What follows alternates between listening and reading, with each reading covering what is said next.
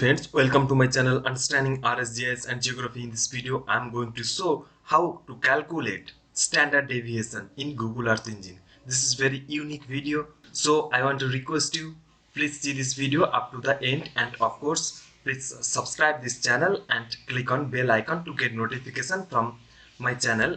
I'll show this means how to calculate standard deviation using several steps. First step is region of interest, means first of all you need to clarify the region. I already clarified the region. This is my region of interest, okay? And I will show how to calculate standard deviation as a sample of NDVI. I calculated this area NDVI, then I calculate the standard deviation of the NDVI of this area.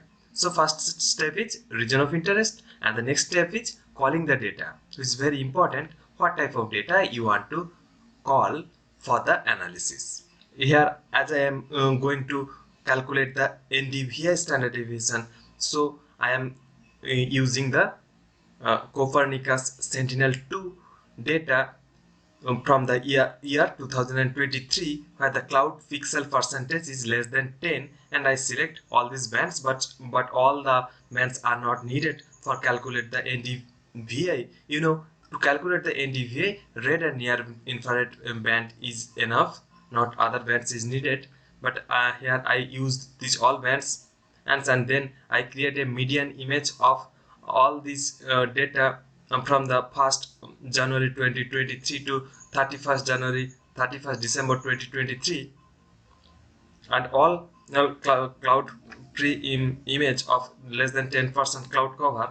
Then in the step 3 I calculate the NDVI, and here I named NDVI 2023 in this variable, and I use this variable, means the data variable, and use the normalized difference function, and band 84 means this is the near infrared, and this is the red band of the Sentinel-2 imagery. And then in the step 4 I calculated the standard deviation.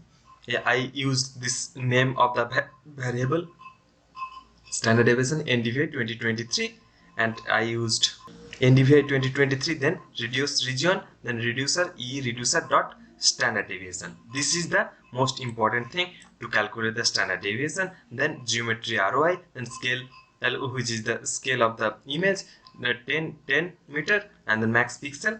This is, and the last step is step 5, print the standard deviation, and to print the standard deviation, print and this variable standard deviation NDVI 2023, and I am naming it as standard deviation NDVI 2023, means the same as the variable name, and then hit on the run.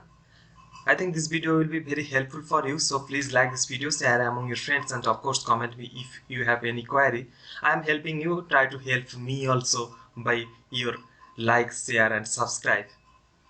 And it is calculating, it's take a little bit time, and also comment me what type of videos you want to get from my channel. This is the NDVI standard deviation of this area using the Sentinel-2 satellite image data. Thanks for watching till the end. Thank you so much.